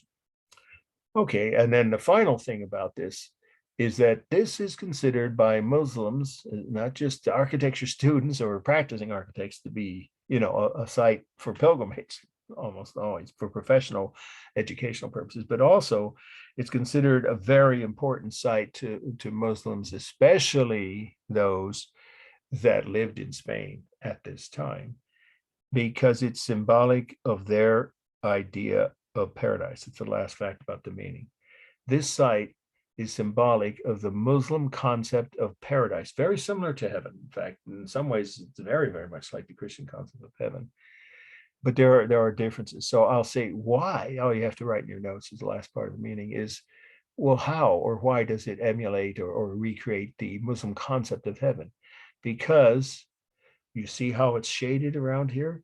Because every one of these, structures, each courtyard creates shaded, cool spaces with plenty of water. That's one of the ways that Muslims consider paradise. Any place, obviously coming from a mostly desert culture, very hot climates, they would consider a place where it's cool, right? Shaded, plenty of shade, and plenty of water as paradise. So that's how it emulates their concept of paradise. So you can see why this is such an important site to cultures, both Islamic and non-Islamic people from all over the world. Literally a million. Well, now with the pandemic, I think by now, yeah, Spain's reopened. I imagine it will take a while, but it was over 1 million people a year would come here when it was open freely, accessible. It's a World Heritage Site. It's not a functioning. I mean, no one lives here now. It's a museum, but it's huge. It's a couple square miles on a hill above the main city of Cordoba. I recommend if you ever get to Spain, don't just go to, oh, beautiful as they are. Barcelona, one of the most beautiful cities in the world. It's almost like Paris. And then Madrid, of course, is a very elegant city, but I would go further south and get here and then Seville. Seville is also another beautiful Muslim city. All right, let's wrap up and take our break. Be about 10 till, so about 10 minutes early. with formal analysis. Yes, it's balanced, well, totally symmetrical. And if you were to look at the other side of the courtyard, which is where the photographer was standing with their back to, obviously, it would be totally symmetrical, in terms of left to right. But you could make the case that it is unbalanced toward the bottom because, both sides of the courtyard, of this courtyard, would have, obviously less mass above the roof line, right? Above the walls, I should say. So it's unbalanced or weighted toward the bottom. The rhythms should be obvious. Look at this. The horseshoe arches that we know came from North Africa, and then the traditional pointed arches are in these porches or porticos. And then we have the textures are the similar textures of carved stone, and those lines are carved. Lines, I meant to say lions. There's carved line, in other words, here, both on the lions, and that, of course, creates simulated textures. And then there's carved line for the Arabic. This part of the building it doesn't have any animal or living creature images. It's got, again, the Arabic prayers and the geometric patterns, of which, of course, are, again, acceptable to Islam. All of that's done with carved line. There's plenty of modeling or shading here, as I said, under each arch. Dynamic on the arches, stable on the walls and the columns, dynamic on the roof lines, and dynamic on the fountain. The colors are cool gray on the fountain, but almost everything else is warm. Well, actually, the columns are kind of off-white, so the columns are cool, but all of the walls and all the decorative detailing of the arches, and of course, the red clay tile roofs, that's all warm colors. And the textures are real smooth textures, right, on the marble columns. And these are actually stone. I'm not sure what kind of stone carved, real smooth stone texture, and the clay tile is real smooth texture, but I already covered the simulated textures on the fountain. And then let's see, rhythm, yes, stable, dynamic, modeling.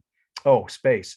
This is a long, open, rectangular courtyard, right? Or you don't have to say open, a long rectangular courtyard, which opens into several rooms inside with ceilings that are about 15 feet high. I've been inside this building. It's quite fascinating. Okay, and I think that's it. I think, mass. The largest mass would be the outer walls, I would say. And then the roof lines, and then the fountain. Okay, we're at 10 till. Let's take a 20-minute break. We'll resume at 10 after, but don't go away, because one of the slides after the break, actually two of them are so important I won't cut them, but one of them is very highly probable, the last one, the Taj Mahal, of being on the essay part or ID part of the final. Okay, see you guys at 10 after. All right.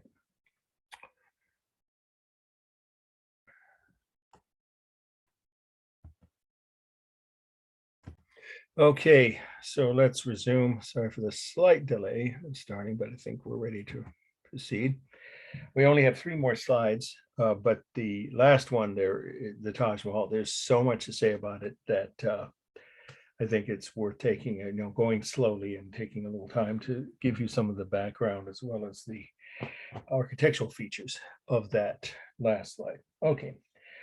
So we certainly went early, right? And as usual, as always, I'll stick around after the last slide for as long as people have any questions about extra credit, grades, what we just covered, or anything else relating to the class. Okay, this one is the mosque, the Blue Mosque, Blue Mosque at Istanbul. Blue Mosque at Istanbul. That's Istanbul. That's part of the title. So if you were to write, if it's on the, I'm not saying it's so important, I absolutely won't cut it from the study list, but for now, again, as usual, just assume it has a possibility of being on the final. So you'd have to make sure you wrote the title correctly, including the word Istanbul as part of the title, because there are blue mosques in other parts of Turkey. We have the architect's name, so that's what you would write instead of the location. His name was Sinan, Sinan, and the date is 1557. Okay, so why is this called the Blue Mosque? Well, actually, this slide, I think it gets the idea across pretty well. but obviously you should write this unless you already know all this, which is that it's built out of a rare kind of stone called blue stone from the mountains of Turkey. Very valuable, very highly prized, you could say, kind of building material because of its color, first and foremost, and because it's extra strong, the material itself. Okay, and then we have the fact that this is a royal mosque. Now, when you look at it, you might assume, sorry, somebody had a question. It's a royal mosque, which is a meaning, a specific kind of mosque.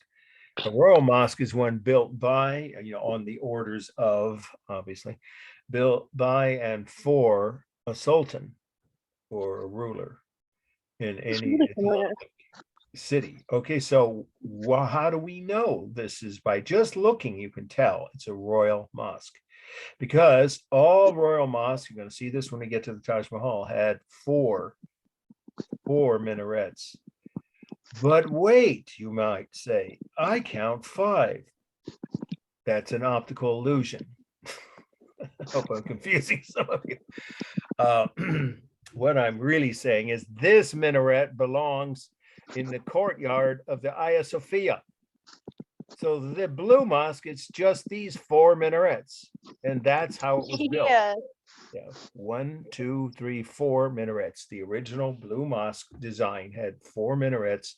It's built right next to the Hagia Sophia. And I mentioned this, but of course, my ass was there. Whoops, sounds like you've got a microphone on that you might want to turn down or turn off. Oh shit, no. Uh-oh. Definitely don't want that on at this point. Let's wait a moment. See, hopefully that is not going to continue being a disruption. Okay, good.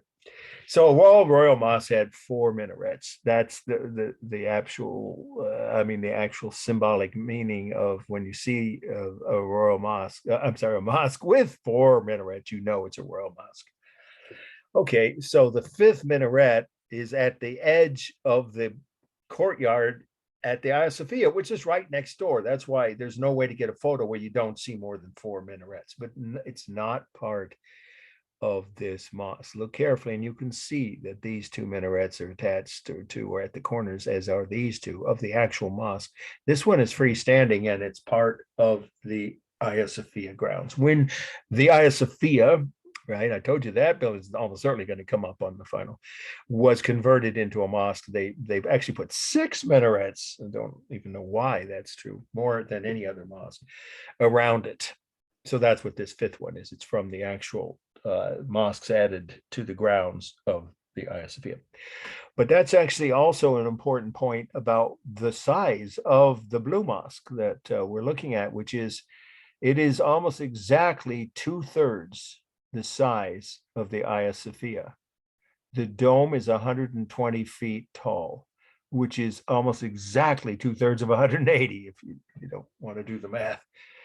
Take my word. It is about very close to 2/3, or almost exactly 2/3 of the size, the actual interior of the mosque, as well as the height of the dome of its neighbor, which is now also, as we all know by now, a mosque. It was in the Middle Ages when the Turks took it over, and now it is again in the modern world, because it was just converted last year back into a mosque.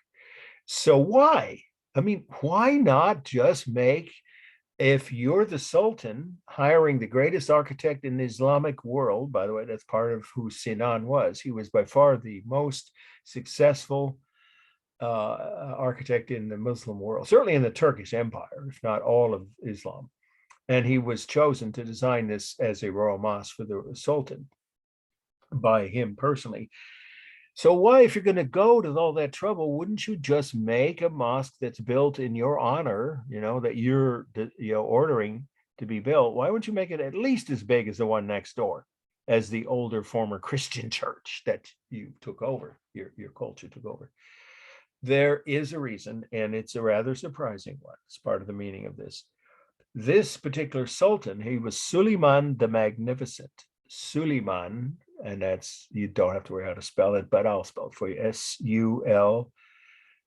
Iyman. I've seen it Eyman. Suleiman the Magnificent was their most powerful sultan of the Turkish Empire during the golden age of the Turkish Empire, when they ruled parts of 3 continents. They were a huge empire, one of the biggest in the world at the time.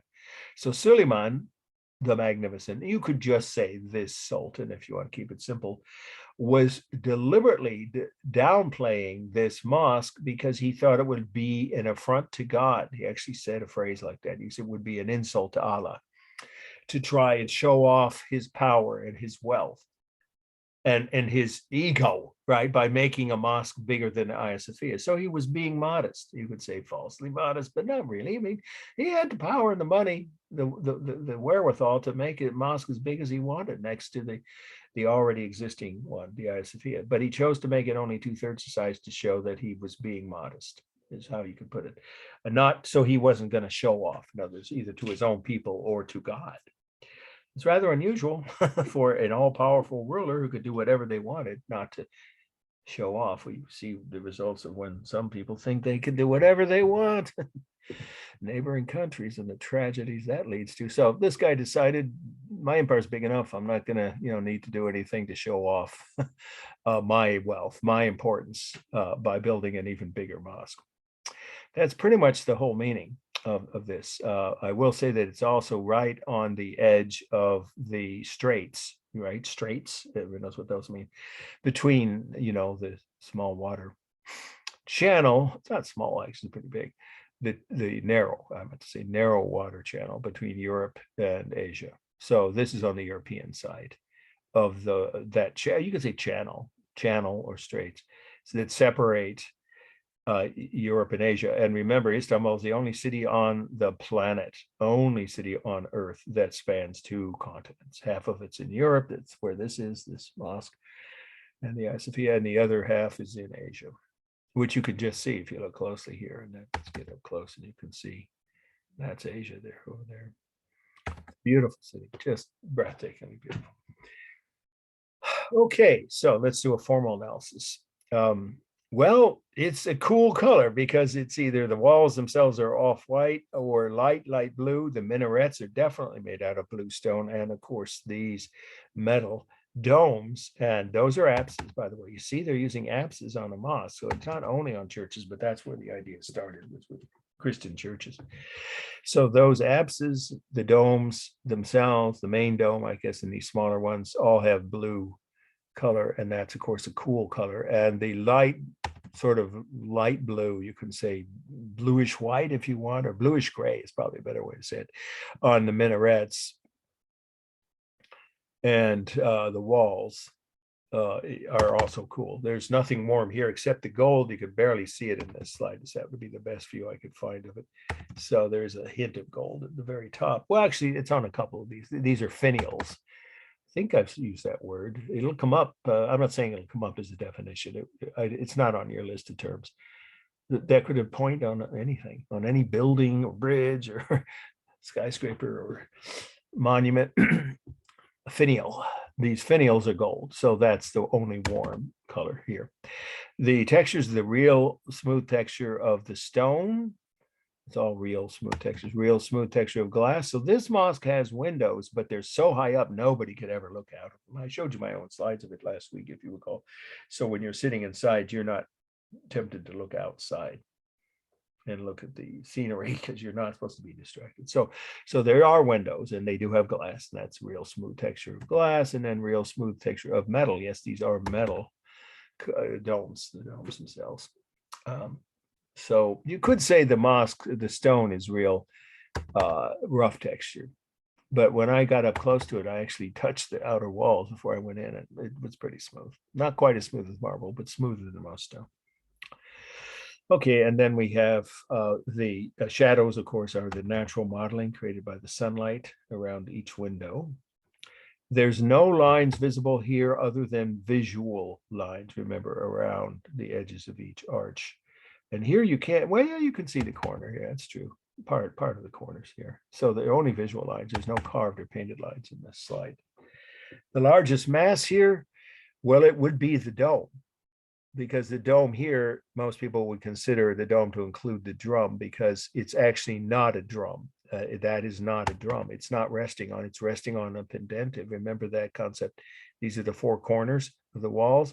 The dome rests on each of the corners. So that's the actual structure of the dome is all the way down here. So that is the largest mass. Then I guess you could say the minarets, but that depends on how you break up the rest of the facade of the structure. If you just want to break it up into each section that's visible in the photo, you would say the largest mass is the dome, then probably each of the four minarets, and then the largest apses. There are four of them that are pretty large, right? Because they go all the way down, right, to the bottom of the wall there. Okay, and then for space, I already said it, but I'll definitely make sure you put this in the section of formal analysis under space. It's real space. It's a large open domed room with 120-foot tall dome. That's a real space.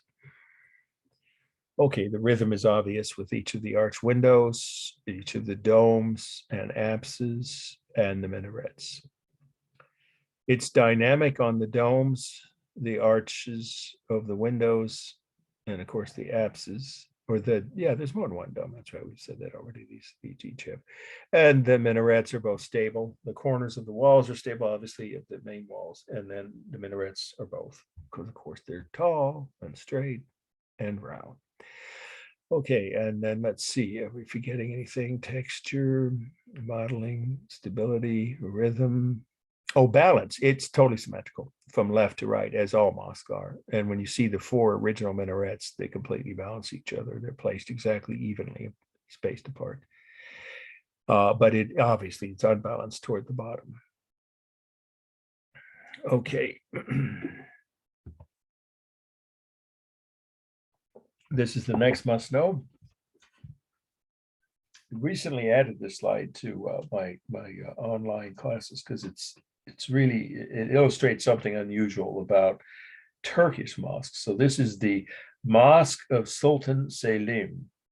Mosque, again, of course, again, is Mosque of Sultan, of course, like you all know as Sultan, right? Sultan. Selim was his last name. Selim. Turkey, the country Turkey. It's not in Istanbul. It's in the countryside, in the interior of Turkey. I think you know Turkey, right? Turkui, and the date, 1575. So why am I showing you yet another mosque? Well, let's start with the fact that I'm not saying this slide, again, this is a starting point for your notes. It's so important that I absolutely won't consider cutting it. I'm not saying that. We may or may not. Again, we'll deal with that when we get to the review session the week before the final. So again, just assume it has a possibility of being on the final.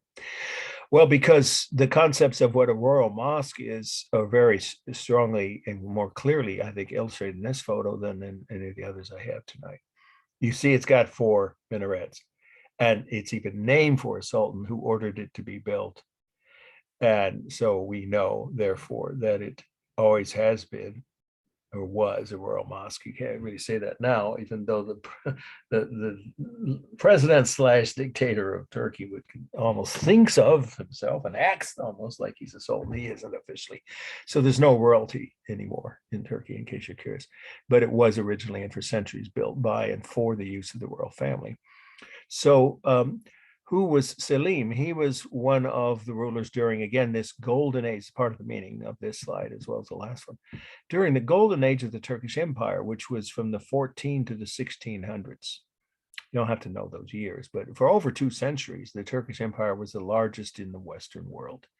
You could just say they ruled over all of the Middle East, North Africa, and a large portion of Europe, Southern Europe.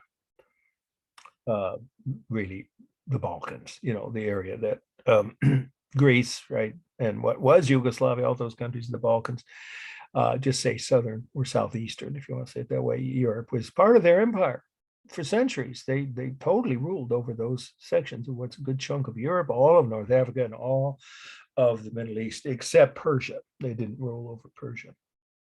The Persians had their own kingdom. So this guy was powerful, and he was a ruler during, again, I'll say it one more time, the golden age of the Turkish Empire, at the height of their power and wealth. And it shows in the fact that this mosque has, I think it's the tallest minarets in Turkey. Perhaps they were the tallest minarets in the world at that time, or in the Muslim world. Well, where else would they be but in Muslim majority countries back then? So these minarets are about 200 feet. That's pretty tall. Now, would an imam climb all the way up here every morning? I have to wonder, because there wasn't any other way to get up there but by stairs inside each of these minarets. So I'm not sure. They probably did. You just had to be, I guess, really healthy and in good shape. So these had the tallest minarets when this mosque was completed, and for a long time after that, in all of the Turkish Empire, really. And then also, it is also built of bluestone. Now, this is taken in the late evening. I actually researched this slide. And so it kind of, has a slightly darker view. Obviously we'll compare it, right? This view of the blue stone is more obviously named for the fact that the stone itself has a bluish color. Whereas here, what you see is more of a kind of gray or even off-white to gray, but it is actually bluestone. It's more visible, I think, on the minaret. So let's do a close-up here. I think you can tell that there's some bluish gray colors, and somewhat on parts of these buttresses. These are buttresses that help support the dome, which is again a dome on pendentives, not resting on a round outer wall called a dome on a drum. That's a Roman idea. So this is emulating what the Byzantines had invented, of course, is the same as with the Blue Mosque. And of course, the Hagia Sophia was originally, obviously, a church, a Byzantine church with a dome also on pendentives.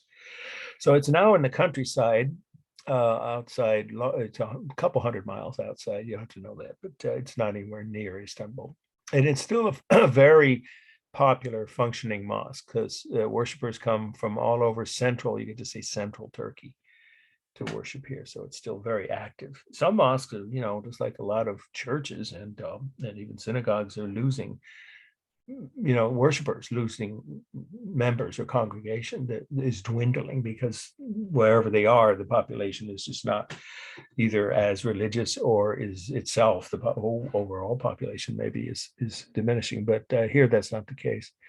Turkey, the population is growing pretty steadily, and this mosque is, the last I checked, is very successful, active, however you want to say it, popular mosque, because so many people come from all around central Turkey to worship here. Okay, that's pretty much the whole meaning. So let's do a formal analysis. Hang on, just give me a second. All right, the color is cool. It's, you could say, an off-white bluish color, if that's how it looks to you, but really it's kind of a light blue-gray. It may be obvious that this was replaced. Somehow this part of this minaret got damaged, or maybe even lightning hit it, or possibly an earthquake, and it was replaced more recently. That's why the stone looks so different, the color. Okay, so the color overall, though, is cool. There isn't anything warm on this mosque anywhere in this photo, at least. It is completely symmetrical left to right. Again, all mosques were, and the placement of the minarets is totally balanced left to right. And again, obviously unbalanced or weighted toward the bottom. And we have the rhythm of the minarets. Now here, the windows are round arch. That's a little unusual by itself, but you don't have to write that. You have enough information. They chose, for whatever reason, this architect to do something different, and to use rounded arch windows. But those create, of course, rhythm, as do the apses. These are the apses here. This is not, these are prayer rooms, so they're actually attached to the mosque, but not part of the structure. So you don't have to write about them. So the apses and the main dome creates plenty of rhythm. And of course, the domes and the apses are all dynamic, as are the arch windows. And again, the outer walls, the corners of the building itself are stable. And then, of course, minarets are both. They're tall and straight, so they're partly stable, and they're rounded, so they are also dynamic. For space, as I already said, these minarets, I think they're over 200 feet. I'm pretty sure it's like 220 feet. So say slightly over 200 feet, the real space on each of the heights of the minarets. And then the dome here is about 100 feet, maybe slightly less. So say around or nearly 100-foot high dome. So it's not quite as big as the dome on the Blue Mosque or anywhere near as big as the one at the Hagia Sophia, but it's pretty high. It's about 100 feet. So one large open domed room with about or nearly 100-foot tall dome. The textures are the real smooth texture of the stone. And you don't see any symmetric, just real smooth texture of the glass in all the windows, is the actual glass. And then real smooth metal on the dome and the apses. The modeling is the shadows created the natural modeling from the sun. Okay, and then we have, let's see, I think I mentioned, no, I didn't. The largest mass would be the dome, probably. Well, it's hard to say, but if I see this as two different masses, if you look at it that way, because this is still part of the dome, really, because it supports the dome. So then it is the dome for sure. It's the largest mass, then the minarets, and then the bottom portion of the walls. And you wouldn't have to mention the apses. They're not one of the three largest masses. And then the lines here are visual. There would be some carved lines if you got up really, really close to the minarets, but you can't see them that well from here. So you can just say the visual lines are around the edges of the windows and the corners of the building and the ridges, you could call them ridges, along the minarets. And those actually are carved. I have to modify, rephrase what I said. Those are somewhat carved. Well, really, it's hard to tell because they could just be pieces of stone, plaster. I meant to say plaster added. So you can say either visual or possibly carved lines on the minarets. Okay, that's plenty on this slide. Now we get to, if I had to pick one slide for tonight, that is the most important, obviously, therefore the highest probability of being on the final, that it would be this slide. Okay. So here we go. There's quite a bit to say about it. The Taj Mahal, 2 words, T-A-J, and then capital M-A-H-A-L. Agra, India. If you just wrote India, you wouldn't get credit for that part of your answer because there are several Taj Mahals in India. This is just the most famous one.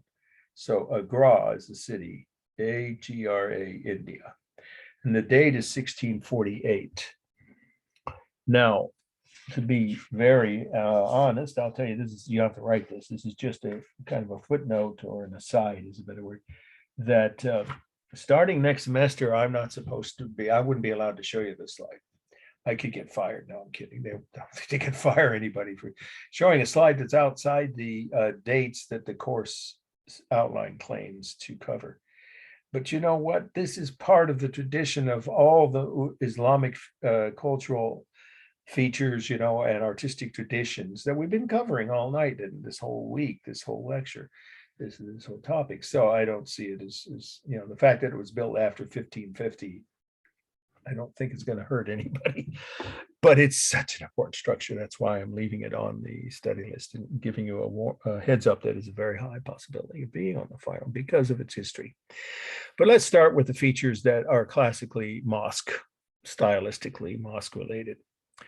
Okay, at the minarets, you can see 4 of them. So you know that, therefore, this is a royal mosque. By now, you know that, right, from the past couple of examples. Another thing is it has the pointed arches that we know are an Islamic invention. You see them here lining the facade. And the niches, recessed niches, we're going to talk about why they're so deeply recessed when we do the formal elements. So that's another classic feature of all mosques. Then we have the prayers in Arabic. They don't speak Arabic actually, no, there they are. Sorry, there they are. They don't speak Arabic they speak Hindi, right? In India. And so these are, again, common to all mosques, as is the plant motifs. These are actually just vines. There's no flowers here. No living creatures, right? Remember that. on the exterior or interior. And then we have a reflecting pool. And the reflecting pool, remember, is a Persian invention. So that might beg the question, who designed this? This very important fact, Persian architects, the greatest architects in the Muslim world at this time in the history of the world were Persian. Persian Muslim architects were imported by the Shah. That's what they called the rulers of Muslim rulers of India. We're going to talk about who they were in a minute as part of the meeting. Who were they? How did they? That's not a Muslim country. It's Hindu. We'll have to get that in a minute. But first, to talk about the pool. The pool was designed, the whole structure, the entire site, landscaping and all, was designed by imported architects, imported from Persia, the greatest architects in the Muslim world at that time. Okay, and then we have the onion domes. And if you thought they were Islamic, you've seen too many Disney cartoons. If you wrote that on the exam, you get a couple points off. They are not an Islamic invention. They are Russian.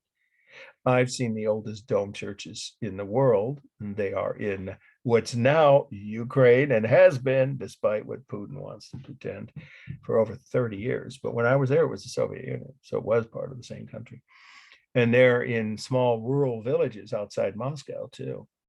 I've seen 1,200-year-old mosques long before onion domes were used in India or Persia, where they are commonly found on mosques. So this is one of those examples of the opposite of this, cultural adaptation, right?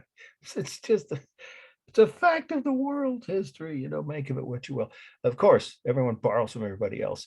So almost all of these features were were exported on, the pointed arches and the whole concept of a mosque and the reflecting pools from Islamic culture to the rest of the world. But in the case of the onion domes, it's the other way around.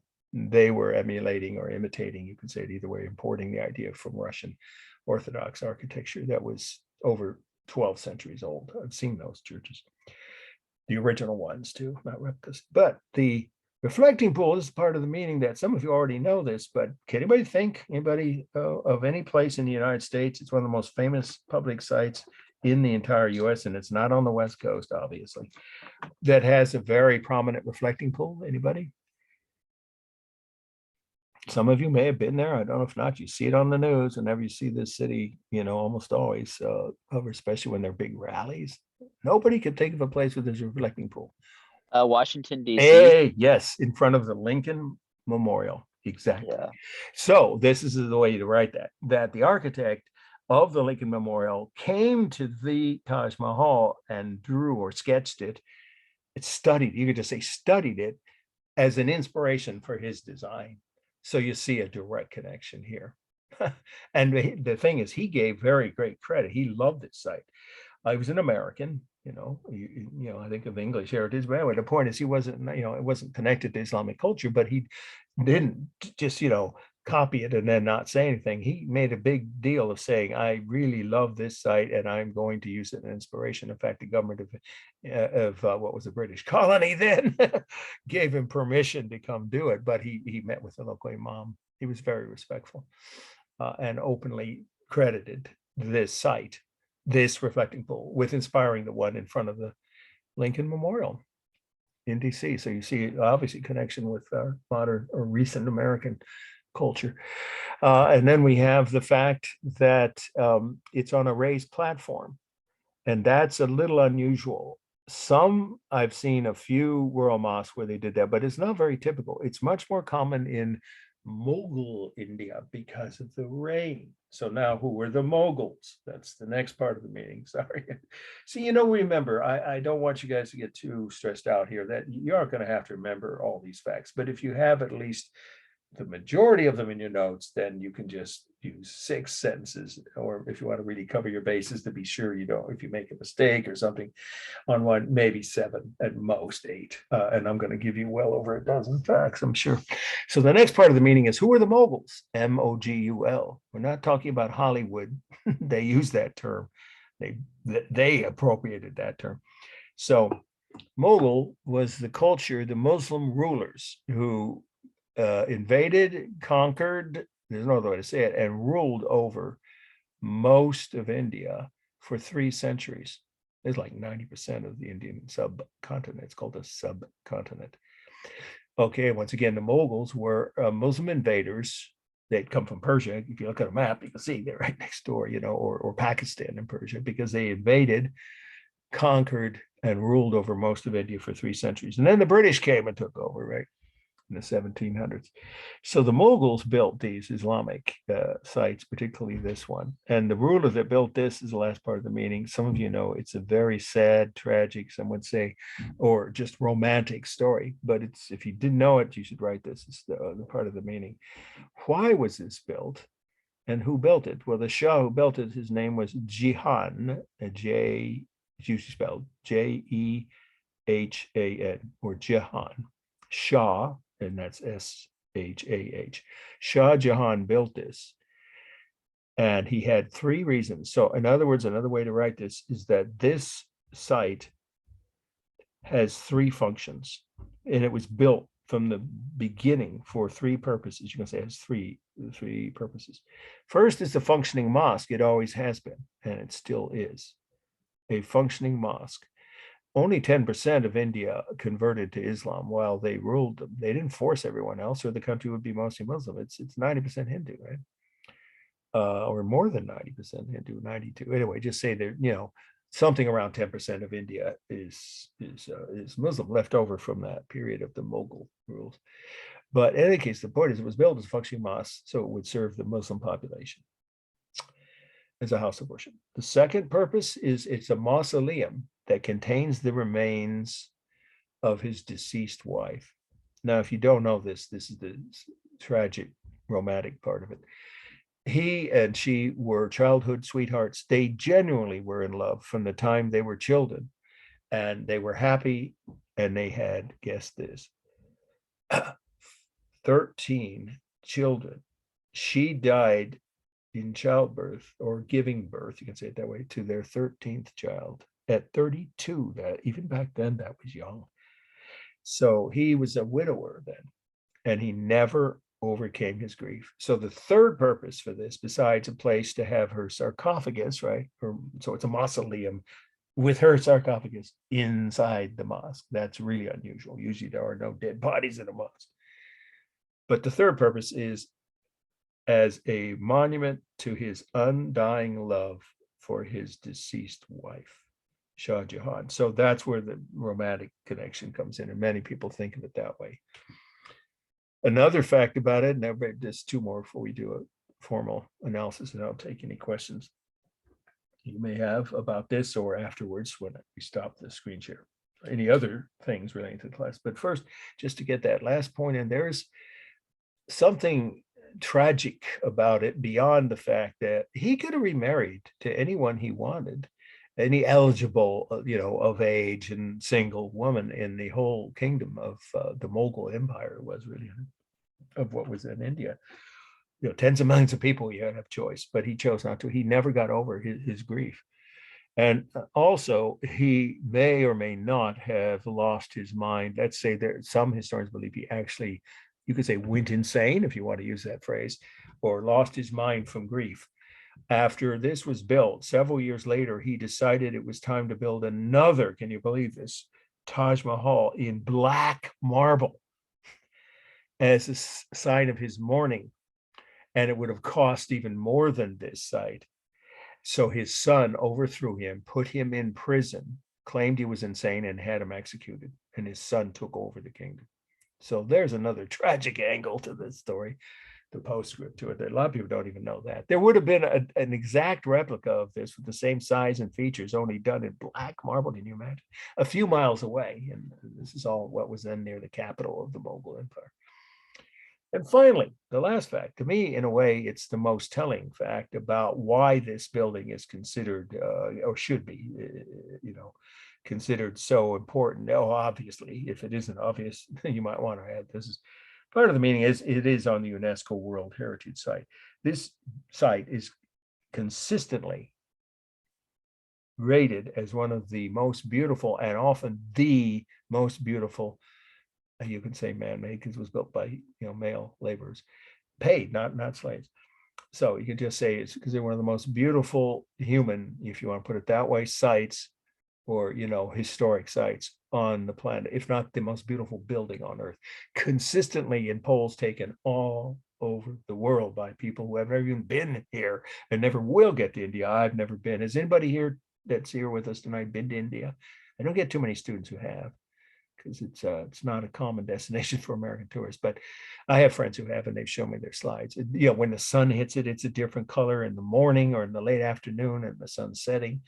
When the skies are different colors, when it's overcast or raining, it's so beautiful that it people just tell me it takes your breath away to see it. I can totally imagine. So it is, one last fact is that it's consistently rated as the most beautiful, or one of the most beautiful buildings on Earth, by people all around the world in polls that have been taken for decades, that have been taken, by different polling organizations, not just the Indian tourism department.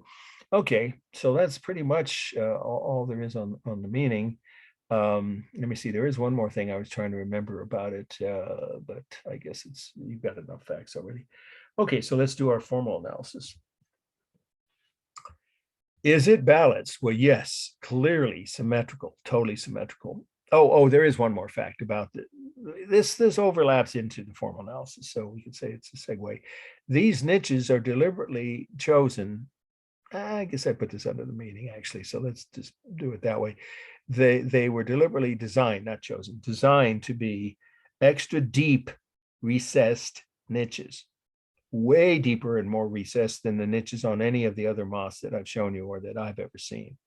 That's not an accident. It's so that the building would look lighter than air, like it's going to float up like a balloon, which is about to leave the ground. That's actually how, I think the original architects even said something to that effect, but they did have balloons in, of course, but they thought of it as lighter than air. And after balloons were invented about 100 years later, there were people who said it made them think they're looking at a giant balloon. This is a massively heavy building. It's solid marble, of course, and it's huge, but it feels lighter, much lighter than it is, because of two things that the architects included as basic features of their design to make it look lighter, much lighter than it really is. And that is the extra deep recessed niches in the walls and the white color of the marble. It's the purest white marble they could find anywhere in India.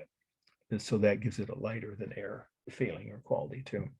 So let's segue now into the formal analysis. Of course, that leads to the obvious question of, is it cool or warm? Well, obviously, it's entirely cool. There's nothing warm about the colors. Some people might make the case that the reddish tile on either side of the borders, if you want to say it that way, of the reflecting pool are warm, but I don't even know if that's original. So the reflecting pool itself is neutral, of course, but the building itself is entirely cool. For space, you've got a 30-foot high base with a building where the dome reaches to about another 100 feet, and then about another 20-foot high finial. So altogether, you've got about 150-foot tall structure from the foundation, about 30 feet, including the top of the base, about 100 feet inside to the peak of the dome, and another 20 feet on the finial. I did say finial was a good word to know. So no other word for this feature here. Right. So the total height from the ground to the top of the finial is about 150 feet. We're rounding up. All right, the rhythm should be very obvious with these pointed arches and the onion domes and the minarets, and of course the carved, and this is carved line here. These are not tiles, so there's no painted line on this. It's all carved line around the entrance for the plant motifs and the geometric patterns, as well as the Arabic prayers. All right, it's all carved line. Modeling is part of the design here. So here it is a kind of a technique. It's not just a side effect of the sun. It's consciously designed to be very prominent, deep shadows created by these deep recesses. And of course, that is natural modeling.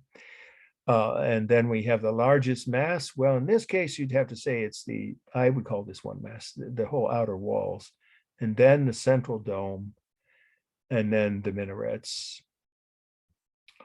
Okay, and then these two smaller domes would be, I guess, the fourth largest, if you were to do, you only have to give the top three, remember. Okay, and then we have the textures, a real smooth texture of marble. And yes, there is glass in these windows.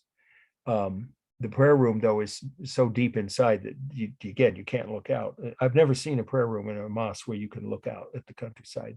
They don't want you to be distracted. So yes, there are windows with glass. So that's a real smooth texture of glass. And I guess you could say real smooth texture of metal on the finials, because each one of the domes has a finial. Okay, and then it's stable on the outer walls, especially at the corners. Dynamic on the pointed arches, and of course, dynamic on the domes. And then, as usual with all minarets, oh, the base is stable, of course. The minarets are both stable and dynamic because they're round and straight upright. Now, if you count the reflecting pool, then it complicates it. So I would just focus on the building itself. And I realize I may have misspoken when I didn't think of the base as the largest mass. If you count it, and it is, then I apologize. You'd have to make that the largest mass. But if you said it the way I wrote, wrote it the way I said it, I'd give you credit. But actually, it is part of the design, the original structure. So that's the largest mass, then the facade, and then the central dome. Okay, it's completely symmetrical, balanced left to right, of course, including with the placement of the minarets, and unbalanced as almost all mosques are, below the dome, unbalanced toward the bottom. And then let's see, the line is carved, the texture is smooth. I think I've covered everything. The rhythm, of course, the repeated shapes. I think we've covered everything. All right, so there we go. Why don't we do stop share, and then I will take any questions you guys have about what we covered, because a lot of material, especially on that last slide. But this will all be on. Now this time I won't forget.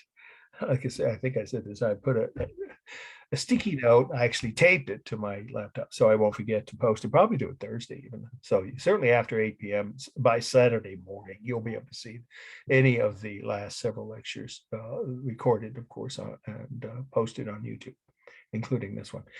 Okay, but we covered a lot of material, but also I think a couple people joined us a little later than the beginning, and maybe they didn't catch that. If you didn't get a grade, or if you're not sure about whether an assignment made it to me, or extra credit even, you should send me an individual email stating, your full name as you are on the roster, please, the class you're in, and what it is you're asking me about. And then I will be able to confirm if I received it. And if I didn't, then you should just send it as a PDF with that email with your full correct name and the class you're in. And then I can, if somehow I didn't get it, I'll confirm I received it then and grade it within 24 hours. Unless you send it Wednesday. Wednesday, I'm busy up at Santa Rosa in the in-person classes I teach all day. So in other words, if you do it tonight or tomorrow, I probably will get back to you by Tuesday night. Otherwise, it'd be Thursday, if that applies to anybody. Extra credit, the same thing. Try to send it with your full correct name as it is on the roster, the name you registered under. Hopefully that's already in your email handle. If not, it needs to be in the tagline. I think that's pretty straightforward. That's nothing unusual, but a lot of people seem to be, or at least a few people in each of my classes in each semester have seemed to have forgotten that. And then sometimes I don't get their emails, or I don't send them their grade even after I graded their assignments, because I don't know what their functioning email is. Hopefully that won't apply to anybody here tonight. Okay, now's the chance to ask any questions about anything relating to any topic of the course, extra credit, grades, tonight's lecture. Anybody have any questions? These are my office hours, as they say, my unofficial office hours. Okay, well, one more time. Anybody have any questions that they didn't get answered or that are on the tip of your tongue? Now's a chance to ask. Nope. Okay. I'm looking to see if I see any of those hands. You notice they changed, at least on my screen. I've never seen the golden or yellow hand. That's the symbol I saw earlier tonight on both afternoon class and this, when people want to do the silent raising your hand question. It was used to be, I guess they changed their icons a little on Zoom.